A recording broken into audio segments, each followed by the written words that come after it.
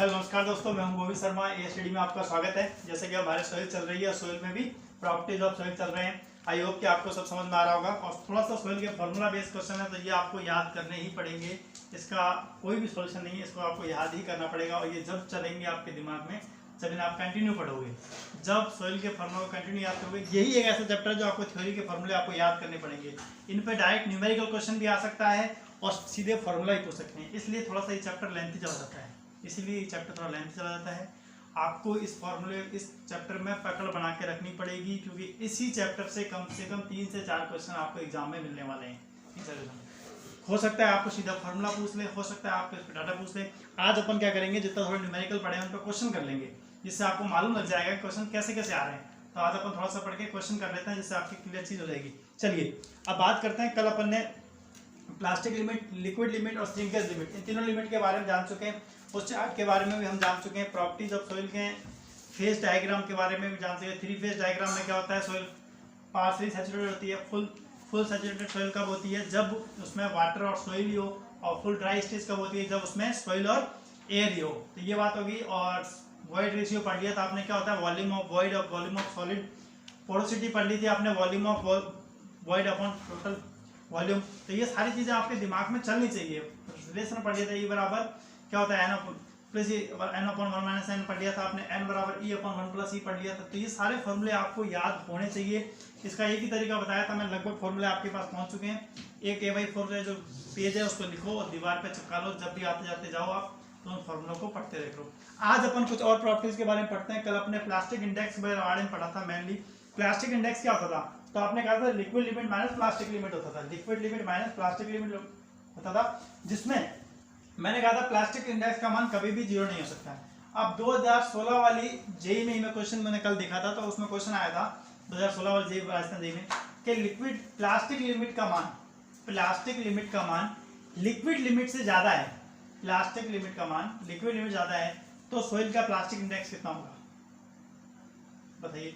तो मतलब I P बराबर liquid limit minus plastic limit होता है। अगर प्लास्टिक लिमिट का मान ज्यादा हो गया, तो मतलब वैल्यू नेगेटिव में आ रही है। वैल्यू आपकी किस मारी, नेगेटिव आ रही है। और मैंने कहा था प्लास्टिक इंडेक्स जो होता है आपका कभी भी नेगेटिव नहीं होता है। क्या होता है, नेगेटिव नहीं होता। तो मतलब प्लास्टिक इंडेक्स का मान वहां कितना हो गया, 0 हो गया। तो वो आप 2016 वाली जेई का क्वेश्चन देखोगे तो वहां मिल जाएगा। अब बात करते हैं नेक्स्ट में श्रिंकेज इंडेक्स। श्रिंकेज इंडेक्स क्या होता है, plastic limit minus shrinkage limit. Plastic limit minus shrinkage limit. Plastic limit को आप डिटेल में पढ़ चुके हो, श्रिंकेज लिमिट को भी आप डिटेल में पढ़ चुके हो। जो फर्स्ट टाइम देख रहे हो पिछला प्रीवियस लेक्चर देख लें। तो श्रिंकेज लिमिट क्या होता है, इंडेक्स क्या होता है आपका, plastic limit minus shrinkage limit. Clear बात। और प्लास्टिक इंडेक्स क्या था हमारा, liquid limit minus plastic limit. तो ये चीजें थोड़ी थोड़ी एक दूसरे से इंटरकनेक्ट करके चलेंगी। और वो फॉर्मूला बताया था मैं, सॉलिड सेमी सॉलिड आपका लिक्विड स्टेज, वो आपको चार्ट याद रहना चाहिए। कहीं भी समझ में नहीं आ रहा तो वो चार्ट बनाओ फटाफट से, उससे क्वेश्चन निकालो। फेज डायग्राम भी मैंने आपको कहा था, फेज डायग्राम बनाओ, आपको मालूम पड़ जाएगा। पहले सोइल लो, उसमें पानी मिलाओ, फिर फुल सैचुरेटेड। तो श्रिंकेज इंडेक्स क्या हो जाएगा मेरा, shrinkage plastic limit minus shrinkage limit. ये सीधा पूछा जाता है कि श्रिंकेज इंडेक्स क्या होता है। एक पूछा जाएगा श्रिंकेज लिमिट। श्रिंकेज लिमिट का पूछा जाएगा आपसे, श्रिंकेज लिमिट का वैल्यू जब होगी, श्रिंकेज क्या बताई थी मैंने, gamma W upon gamma D minus 1 upon G. ये आपको लेबोरेटरी में निकालने के लिए बताई थी। और श्रिंकेज लिमिट होती क्या थी कि भाई श्रिंकेज लिमिट पर सोइल हमारी कैसी होती है, फुली सैचुरेटेड होती है। तो कई बार हो सकता है आपको सोइल बोलते हैं कि सोइल श्रिंकेज लिमिट पर है, सोइल श्रिंकेज लिमिट पर है। इसका मतलब क्या हो गया कि सोइल अपनी फुली सैचुरेटेड स्टेज में, फुली सैचुरेटेड स्टेज में। तो मेरा क्या हो गया, श्रिंकेज इंडेक्स बराबर क्या हो गया, श्रिंकेज इंडेक्स बराबर plastic limit minus shrinkage limit. एक बार स्क्रीनशॉट ले लो ताकि मैं मिटाता हुआ साथ चलूंगा। स्क्रीनशॉट ले लो एक बार। चलिए, तो श्रिंकेज इंडेक्स मेरा क्या हो गया, plastic limit minus shrinkage limit. अब बात कर लेते हैं नेक्स्ट की टफनेस इंडेक्स की। टफनेस इंडेक्स, ये सीधे ही फॉर्मूले पूछ देंगे, सीधे ही फॉर्मूले। टफनेस इंडेक्स क्या होता है, plastic index upon flow index. Plastic index upon में फ्लो इंडेक्स। फ्लो इंडेक्स का ग्राफ कहां से बनाता है, जब लिक्विड लिमिट निकालते हैं अपन सोइल की, तो लिक्विड लिमिट के अलग अलग मान पर अपन जो चार्ट बनाते हैं वो कौन से, उससे क्या निकलता है, फ्लो इंडेक्स निकलता है। क्या निकलता है, फ्लो इंडेक्स निकलता है। तो प्लास्टिक इंडेक्स अपन में फ्लो इंडेक्स क्या होता है, टफनेस इंडेक्स। तो हो सकता है आपसे न्यूमेरिकल दे दे कि आपको फ्लो इंडेक्स दे दे और प्लास्टिक इंडेक्स का वैल्यू दे दे, तो आपसे पूछ लिया टफनेस इंडेक्स। बहुत बार, मैक्सिमम बार ये क्वेश्चन पूछा गया है, मैक्सिमम जेई में क्वेश्चन ये पूछा जाता है, क्योंकि बहुत ज्यादा गलतियां होती है इसमें। टफनेस इंडेक्स, टफनेस इंडेक्स क्या होता है, प्लास्टिक इंडेक्स अपन में फ्लो इंडेक्स। प्लास्टिक इंडेक्स अपन एसएससी के अंदर पूछा गया था, एसएससी के अंदर पूछा गया था व्हाट इज टफनेस इंडेक्स। जब आपको ये फॉर्मूला प्लास्टिक इंडेक्स की जगह लिक्विड इंडेक्स दे दिया था, तो वहां पर आपको चौथा ऑप्शन था नन ऑफ दिस, तो आपको नन ऑफ दिस, ठीक है ना। तो जैसे भी आप देखोगे बस आपको चीजें दिमाग में चलनी चाहिए कि कहाँ प्लास्टिक इंडेक्स अपन फ्लो इंडेक्स हो रहा है, कहाँ लिक्विड इंडेक्स क्या रेशियो है, कि भाई प्लास्टिक इंडेक्स क्या है, liquid limit minus plastic limit है, श्रिंकेज लिमिट क्या है आपकी, plastic limit minus shrinkage limit है। तो ये आप चीजें दिमाग में चलेंगी, कब चलेंगी, जब आप रेगुलर रिवीजन करोगे। तो टफनेस इंडेक्स क्या हो गया, आईटी बराबर प्लास्टिक इंडेक्स अपन में फ्लो इंडेक्स। अब ये क्या काम आता है भाई, तो ये सोइल की सेल स्ट्रेंथ को शो करता है, सोइल की सेल स्ट्रेंथ को शो करता है। और रेंज कितनी रहती है इसकी, 0 से 3। ये सारे क्वेश्चन जो है ये ऑब्जेक्टिव क्वेश्चन आए हुए हैं, वो डाटा सीधा है। अब देखो सेल स्ट्रेंथ ज्यादा किसकी होगी, अब मैं आपसे पूछता हूँ कि लिक्विड सोइल की जो सेल स्ट्रेंथ होगी वो सबसे ज्यादा स्टेज कौन सी होगी, सेल स्ट्रेंथ ज्यादा कब होगी, सेमी सॉलिड स्टेज पे, प्लास्टिक स्टेज पे या लिक्विड स्टेज पे। सबसे ज्यादा सोइल की सेल स्ट्रेंथ कौन सी स्टेज पे होगी, सेमी सॉलिड स्टेज पे, प्लास्टिक स्टेज पे या लिक्विड स्टेज पे। आप खुद बताइए, सोचिए दिमाग पे। पहले तो सेल स्ट्रेंथ होती क्या है, ये बात कल अपन ने बात कर ली थी। तो सेमी सॉलिड स्टेज पे सोइल की प्रॉपर्टीज क्या होती है, प्लास्टिक स्टेज पे सोइल की प्रॉपर्टीज क्या होती है, लिक्विड स्टेज पर सोइल की प्रॉपर्टीज क्या होती है। तो भाई लिक्विड स्टेज पे तो क्या होता है, सोइल फ्लो करने वाला होता है, मतलब बह सकता है, वो पानी के साथ बहने की कंडीशन होता है। और प्लास्टिक इंडेक्स में पेस्ट क्या होता है, उसको अपन आराम से 3 mm के धागे में बना सकते हैं।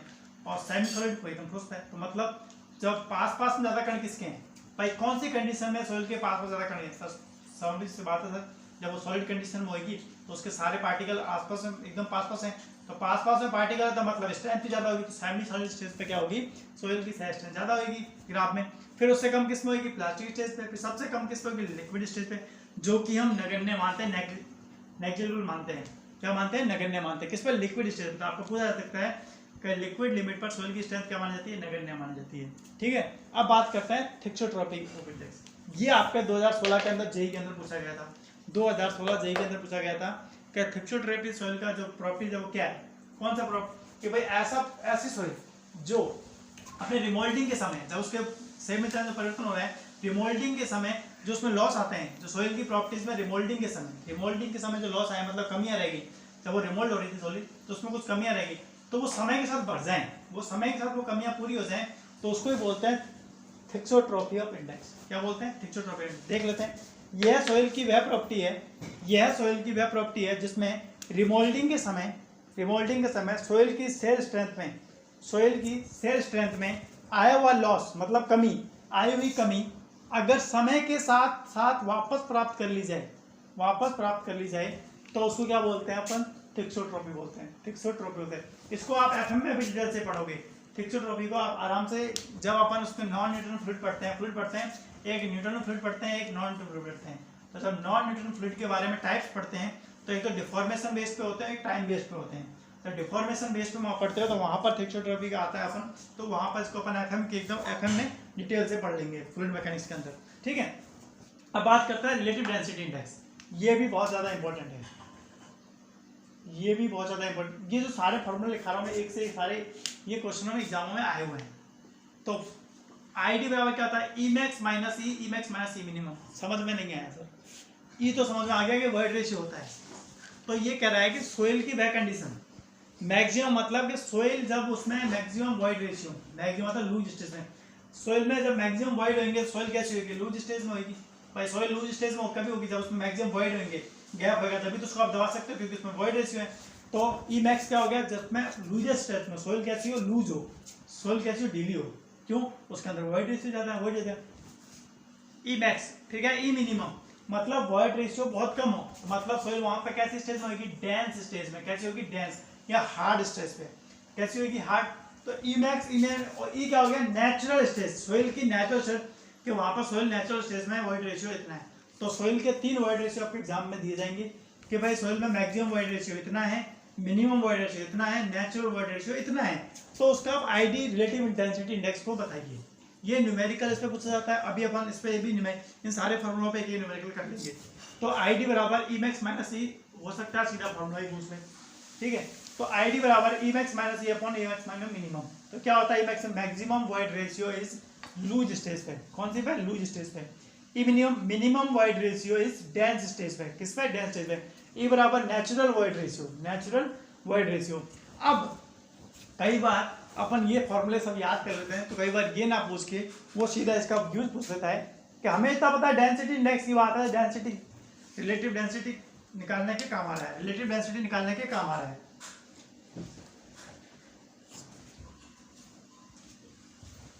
तो रिलेटिव डेंसिटी निकालने के काम आ रहा है, ये तो हमें समझ में आ रही है। लेकिन अब वो एग्जाम में क्या पूछेगा कि कौन सी सोइल का रिलेटिव डेंसिटी निकालने का काम आ रहा है, कौन सी सोइल की रिलेटिव डेंसिटी निकालने के काम आ रहा है। तो कोइजन लेस सोइल की, ध्यान रखना, कोइजन लेस सोइल की, कौन सी, कोइजन लेस सोइल की। अब सर ये कोइजन लेस कोइजिव सोइल ये है क्या, इसको डिफॉर्म तो कर दो। इस चैप्टर के बाद टाइप्स ऑफ सोइल ही पढ़ाऊंगा पहले, जिससे आपको ये जो छोटी मोटी ये सिल्ट आ रहा है, क्ले आ रहा है, सैंड आ रहा है, ग्रेवल आ रहा है, कोइजिव आ रहा है, अनकोइजिव आ रहा है, तो ये थोड़ा दिक्कत आ रही होगी। तो ये अगले चैप्टर में आपको सारा डिटेल में क्लियर कर दूंगा। टाइप्स ऑफ सोइल को ही लूंगा पहले मैं। तो कोइजन लेस सोइल कौन सी होती है, कोइजिव सोइल कौन सी होती है, तो वो आपको सारे में क्लियर कर दूंगा, ठीक है ना। तो एक बार याद रखो, कोइजन लेस सोइल की डेंसिटी ज्ञात करने के लिए अपन इसका यूज करते हैं। कौन सी, कोइजन लेस सोइल के लिए। रेंज इसकी कितनी होती है, 0 से आईडी, ये पूछी गई है सही एग्जाम में कई बार पूछी गई है, कई बार पूछी गई है। आप एग्जाम इसमें से एक भी लाइन ऐसी नहीं है जिसपे एग्जाम में क्वेश्चन नहीं उठा हुआ है किसी ना किसी एग्जाम में। हर चीज आपको सिर्फ इम्पोर्टेंट और बहुत शॉर्ट नोट्स में इसलिए कर रहा हूँ ताकि आपके नोट्स भी छोटे लगे और काम की बिना काम की कोई भी बात ना हो उसमें, ठीक है। तो कोइजन लेस सोइल की डेंसिटी ज्ञात करने के लिए काम आता है क्या, रिलेटिव डेंसिटी इंडेक्स, ठीक है। और रेंज कितनी होती है, 0 और आईडी से 1 होती है इसकी। अब कई बार क्या होता है कि आपसे पूछ लेता है कि आईडी का मान इतना है परसेंटेज में, 0.95, अगर सीधा बोलता है परसेंटेज में नहीं बोल के तो परसेंटेज में 0 से 15% है। अगर आपके आईडी का मान 0 से 15% आता है, 0 से 15% आता है, तो सोइल मेरी कैसी कंडीशन में होगी, वेरी लूज कंडीशन में। कैसी कंडीशन में होगी भैया, वेरी लूज, मतलब ढीली ढाली। अगर मेरी सोइल का मान, आईडी का मान, रिलेटिव डेंसिटी का मान कितना, 15 से 30% के बीच में आ जाए, 15 से 30% के बीच में आ जाए, तो सोइल मेरी कैसी होगी, थोड़ी सी लूज होगी, मतलब ज़्यादा लूज नहीं होगी। इसमें तो वेरी लूज हो रही है, बहुत ज़्यादा लूज है, इसमें थोड़ी लूज होगी। अगर मेरी वैल्यू 30 से 65 आ जाए, 30 से 65% आ जाए, तो सोइल मेरी कैसी होगी, मीडियम स्टेज होगी, मतलब ना तो ज़्यादा वो लूज होगी ना ज़्यादा वो टाइट होगी, ना तो ज़्यादा लूज ना ज़्यादा टाइट। अगर मेरी वही वैल्यू 65 से 85 के बीच में आ जाए, 65 से 85 के बीच आ जाए, तो वो कैसी होगी, डेंस स्टेज में, मतलब कठोर होगी, थोड़ी सी हार्ड हो जाएगी। और वहीं मेरी 85 से 100% आ जाए तो मेरी कैसी हो जाएगी, वेरी डेंस। अब क्वेश्चन क्या है वो एग्जाम में कि एक सोइल है जिसकी आईडी का मान 0.95 है, 0.95, तो सोइल किस टाइप की होगी। अब कहोगे आप 0.95 है, ये तो 0.1 भी नहीं हो रहा।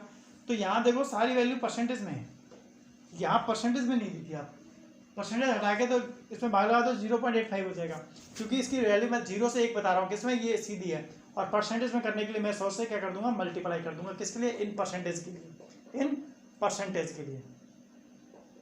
समझ गए बात को। तो आईडी है 0.95, तो मेरी सोइल कौन सी होगी, loose, medium stage, dense stage, very dense. तो कैसी, वेरी डेंस स्टेज। सोइल मेरी कैसी हो जाएगी, वेरी डेंस स्टेज पे हो जाएगी।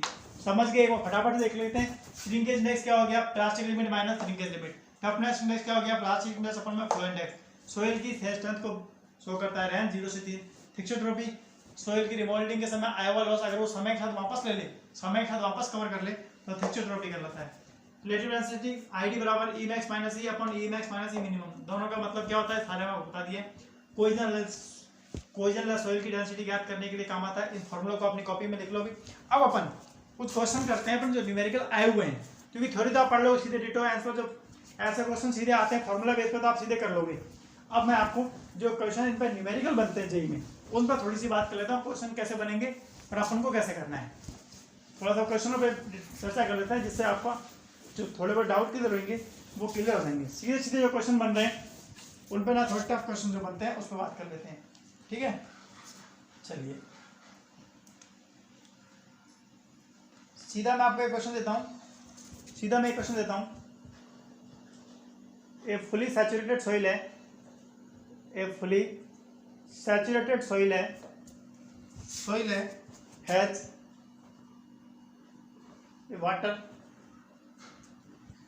water content of 200%, 200% if G का मान दे रखा है आपको 2.67 है खाली। The void ratio is, option दे रहा हूं आपको, करने लग जाओ फटाफट से। आप ऑप्शन तो बाद में आता है, फटाफट से करने लग जाओ, फटाफट से करने लग जाओ। 2.26 जब तक मैं दूसरा क्वेश्चन लिखूंगा इसको कर लोगे आप। 5.2 डी ऑप्शन है आपका, none of this, none of this. चलिए फटाफट से करिए इस क्वेश्चन को।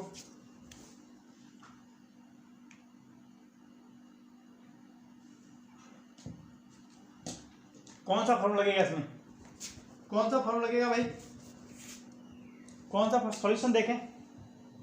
देखो मैं आपको जब थ्योरी के चैप्टर पढ़ाता था डिप्लोमा क्लासेस में, जब मैं आपको पढ़ाता था, कभी भी किसी भी सब्जेक्ट में न्यूमेरिकल करने का तरीका क्या होता है, कोई सा जिससे गलती होने के मिनिमम चांस होते हैं, नहीं आते हुए भी क्वेश्चन कई बार सही जाता है।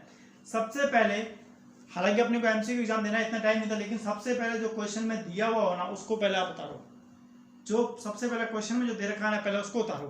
क्वेश्चन तो आपको बाद में समझना है कि मुझे क्या करना है, पहले देखो दे क्या रखा है। सोइल फुली सैचुरेटेड है, सोइल फुली सैचुरेटेड है सर, इसका मतलब डिग्री ऑफ सैचुरेशन का मान कितना हो जाएगा भाई, कितना हो जाएगा जब सोइल फुली सैचुरेटेड स्टेज में 1। बिल्कुल कोई दिक्कत आएगी। अगर वहीं कहता मैं ड्राई स्टेज में होता तो 0।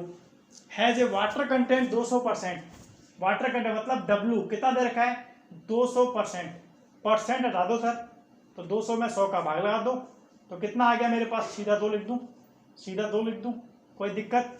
अब इफ G का मान, G दे रखा है आपको कितना 2.6, ये लोग कर दिया 2.6। अब क्या पूछा है, वॉइड रेशियो E। तो सर ये फॉर्मूला तो मेरे को नहीं दिख रहा, समझा तो लग रहा है, S है, W है, G है, E है, तो देखो ऑटोमेटिक आपके फॉर्मूला बन गया कि मुझे कहाँ क्या करना है। कब जब डाटा उतार लिया तो आपको पता है कि मेरा फॉर्मूला मालूम है, WG बराबर ऐसी होता है सर। मुझे क्या पूछा है, E पूछा है, तो E पूछा है कोई बात नहीं, मैं WG अपॉन में S कर दूंगा। W कितना है मेरे पास 2 इंटू G कितना है मेरे पास 2.6। फटाफट से वाटर कंटेंट कितना है मेरे पास, डिग्री कितना है 1, तो बता दो कितना हो गया ये मेरे पास, कितना हो गया मेरे पास ये 26 दूनी 52, 5.2, 5.2 ऑप्शन में है क्या सर, सी आंसर, सी आपका आंसर हो गया। चलिए तो इस तरह के क्वेश्चन वो फॉर्मूला होता है, तो सबसे ज्यादा क्वेश्चन इसी पे आते हैं जेईई में, सबसे ज्यादा क्वेश्चन आपके इसी पे पूछे जाते हैं। चलिए नेक्स्ट क्वेश्चन की बात कर लेते हैं। ये सब एग्जाम के क्वेश्चन ले रहा हूँ, प्रीवियस ईयर्स के क्वेश्चन ले रहा हूँ मैं, हर फॉर्मूला पे ले रहा हूँ जिससे आपको कोई दिक्कत ना आए। एक सोइल है, सिंपल से ले रहा हूँ, एक सोइल है जिसका यूनिट वेट जिसका यूनिट वेट 22 किलोन्यूटन पर मीटर क्यूब है, 22 किलोन्यूटन पर मीटर क्यूब है। ये सबसे ज्यादा क्वेश्चन आया हुआ है भाई, the specific gravity of soil, और तथा हिंदी में बनाया था, तथा स्पेसिफिक ग्रेविटी ऑफ सॉइल, इसके स्पेसिफिक ग्रेविटी ऑफ सॉइल आपको दे रखी है, कितनी दे रखी है, स्पेसिफिक ग्रेविटी सॉइल अब दे रखी है 2.67 तथा वाटर कंटेंट दे रखा है आपको 10% है। तो ड्राई यूनिट वेट याद करो, ड्राई यूनिट वेट याद करो। चलो करो भाई साथ में करो। ऑप्शन ए दे रहा हूँ, ऑप्शन दे रहा हूँ आपको 20 किलोमीटर पर मीटर क्यूब, 20 किलोमीटर पर मीटर क्यूब। ऑप्शन बी दे रहा हूँ आपको 2 किलोमीटर पर मीटर क्यूब। ऑप्शन सी दे रहा हूँ आपको 0.02, और डी ऑप्शन है आपके पास 200 किलोमीटर पर मीटर क्यूब। फटाफट से कर दो इसको। चलिए वही तरीके से अभी बताया था आपको, जैसे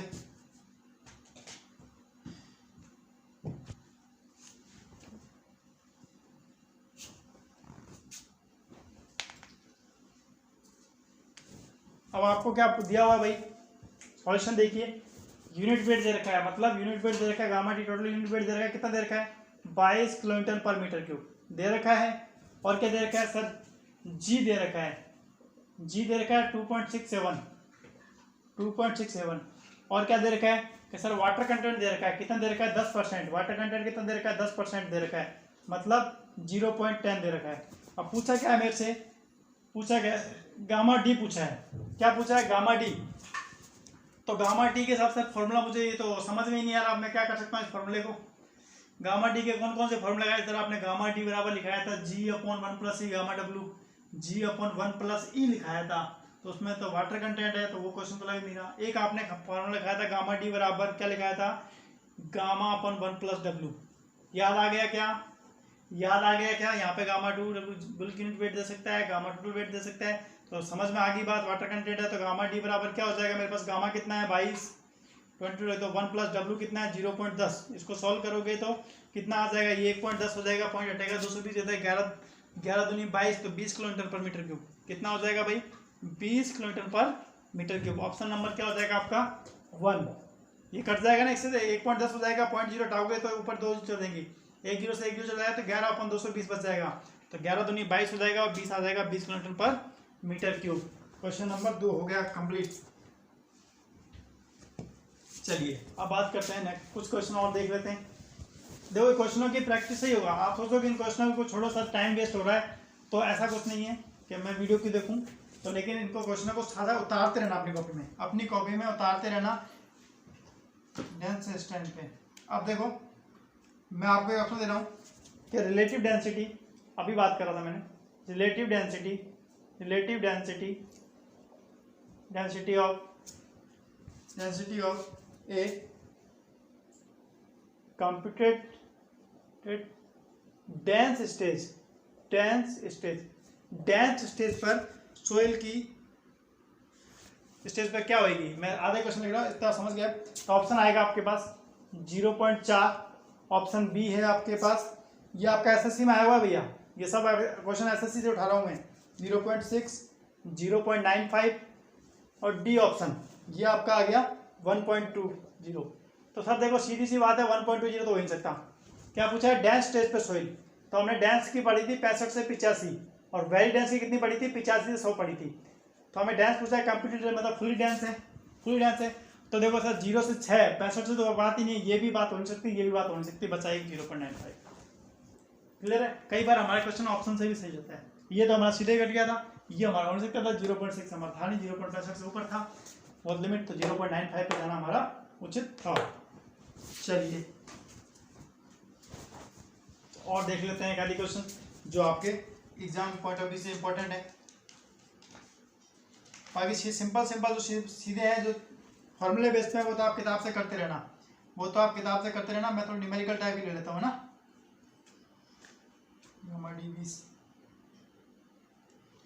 एक राजस्थान जेईई 2016 में एक क्वेश्चन और आया था, सुन लो सिर्फ, कि एक सोइल सैंपल है, सुन लो, soil sample is fully saturated,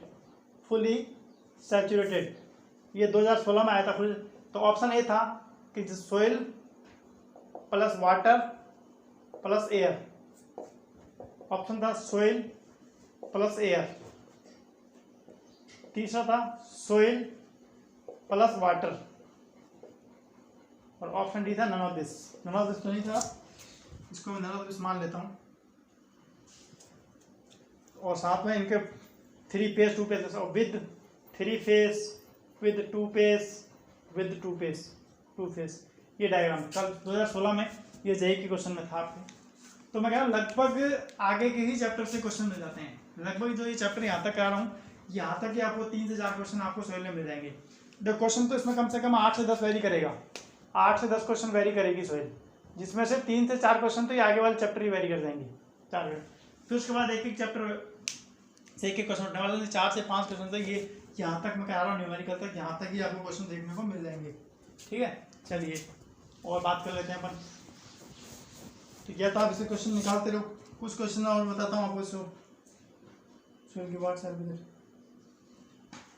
सीधे क्वेश्चन आपको, आप select the correct range of density index, ये भी देख लो, ये भी क्वेश्चन आया हुआ है। Select the correct range of ID density index. Option A था आपके पास 0 से ID 1। ठीक है। तो ऑप्शन बी था आपके पास, ऑप्शन बी था आपके पास 0